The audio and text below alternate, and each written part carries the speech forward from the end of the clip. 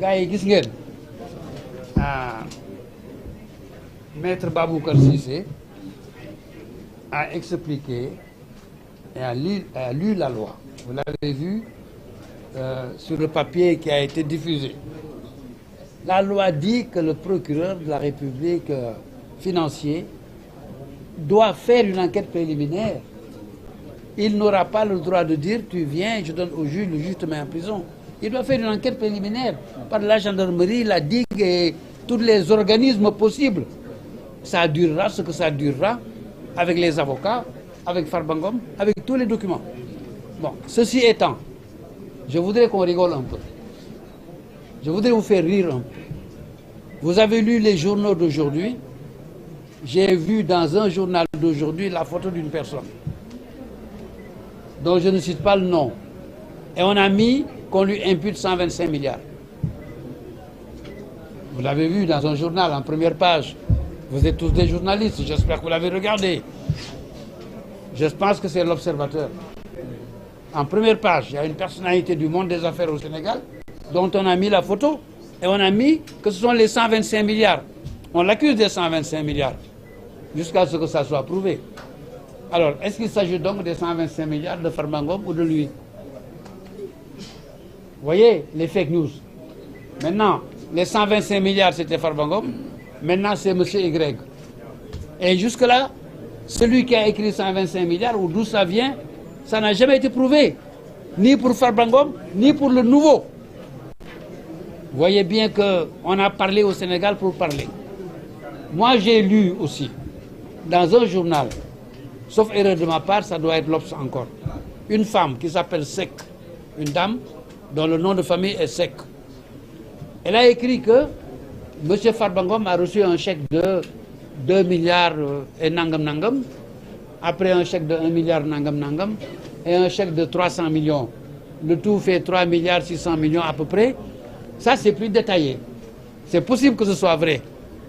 Mais 2 milliards, 1 milliard 600, 300 millions, pour quelqu'un qui est un homme d'affaires, un courtier, qui fait ce travail-là conformément aux lois et règlements du Sénégal, jusqu'à ce que le contraire soit prouvé. Mais cette personne peut parfaitement recevoir 2 milliards, 1 milliard 500 millions pour le travail qu'il a accompli. Sauf si on prouve que cet argent a été volé. Ou bien provient d'un délit, ou bien provient de quelque chose d'anormal. Mais c'est celui qui poursuit qui doit le prouver. Et vous voyez bien qu'il n'y a presque rien en fait. C'est pourquoi rien ne nous a été donné.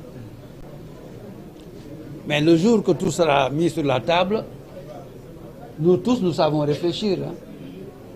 Et nous tous, nous sommes instruits. Donc, on verra les preuves qui vont être demandées ou les preuves qui vont être données. Et je pense que ce jour-là, la justice pourra clairement suivre un bon chemin. mbokk yi dama bëgg a wax rek ne gis nañ ci journalu tey ne am na koo xam ne kilifa la ci monde des affaires liggéey xaalis ci Sénégal koo xam ne moom la ñu jiiñ léegi 125 milliards bi jiiñ laa wax de waxuma moo ko def moom lañ ko jiiñ ku nu jiiñ nag ki ko jiiñ moo war a wane wante léegi jiiñatuñ ko Farba Ngom 125 milliards bi kenn jiiñatu ko Farba Ngom parce que li ñu gis yëpp presse la kenn jiiñatu ko presse bi day jiiñatu ko keneen la ko jiiñ kon boog lu des si jiiñu Farba Ngom yi benn 2 milliards benn 1 milliard 200 benn 300 millions muy 3 milliards et quelques waaw mais loolu liggéey bi Farba Ngom di liggéey ña ma koy liggéeyal waaye ñu fay ko 3 milliards yomb na africain yi am 500 milliards c'est liggéey ko du nu jeex te liggéey ko laa wax du nu jeex américain bi am 10 000 milliards c'est liggéey ko xam ngeen ko c'est du benn de c'est du kenn rek de c'est du benn américain rek de lu ma téeméeri américain am nañ ku nekk lépp 1000 milliards 1000 milliards de dollars laa wax de waxuma CFA pour ñoom CFA du xaalis dollar ay xaalis 1000 milliards de dollars laa wax de lu ma téeméeri américain am nañ ko c'est naqadiwul benn américain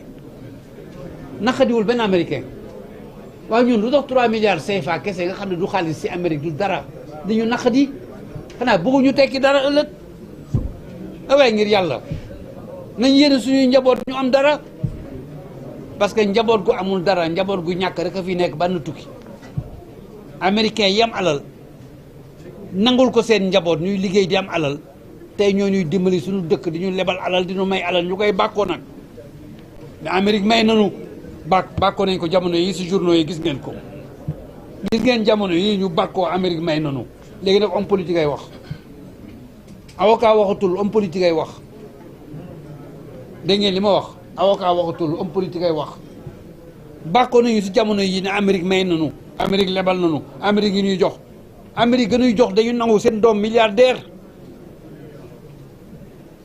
dañu nangu seen doom di am alal di si fay impôt waaye ñu nanguñu suñu benn doom am alal fay si impôt milliardaire ñu mën a may keneen ku am rek ñu la sàcc nga ku yor ñu ne la sàcc nga loolu jaaduwul ku am yor mën nañ ko ne am sa lempo fayal dagan na Amérique boo amee fayoo lempo di nga am problème yi dul jeex parce que impôt boobu mooy tax gouvernement bi am xaalis ba mu ñu may ñun kon Sénégal war na ne waa ji am na liggéey na dagan na est-ce que fay nga lempo yi bu fayee nga jox ko xale yi wan doo am kon looy joxe foo koy jële da nga koy ñaani rek nañu nangu suñuy mbokk liggéey c'est Farba Senghor la muy liggéey dina ko prouver maa leen ne Farba Ngom ay Senghor waaye Farba ba ma yaay sama xarit sama rakk jooju Farba Senghor Farba Ngom lay wax Farba Ngom la mu liggéey dina ko prouver nañ dem la muy liggéey benn yoonu Sénégal ayoo ko ba ñu àgg ci na buñ ci àggee xam wante ngir yàlla war a sóoli nañ dimbali nit ñi bàyyi leen ñu liggéey ndax nit ñi mën a am te lii nag jikko sénégalais daf fi yàgg croyez-moi de maa ngi fiy bëgg a yàgg nag Sénégal laa wax de maa ngi fiy bëgg a yàgg jikko Sénégal la dafa mel ni mosuñu nangu duñu nangu kër sa dëkkandoo génn fa ngeen bokk dem am dara waaye yéene ko loolu sant yàlla mu jox la ci nga ñaane ko yaay sonal sa bopp rek yéene ko mu gën koo am di la si jox ngay jox keneen xaalis bi mën a circuler nit ñi mën a coob laa wax man si am doxal gars yi mu ngoog loolu laa bëggoon wax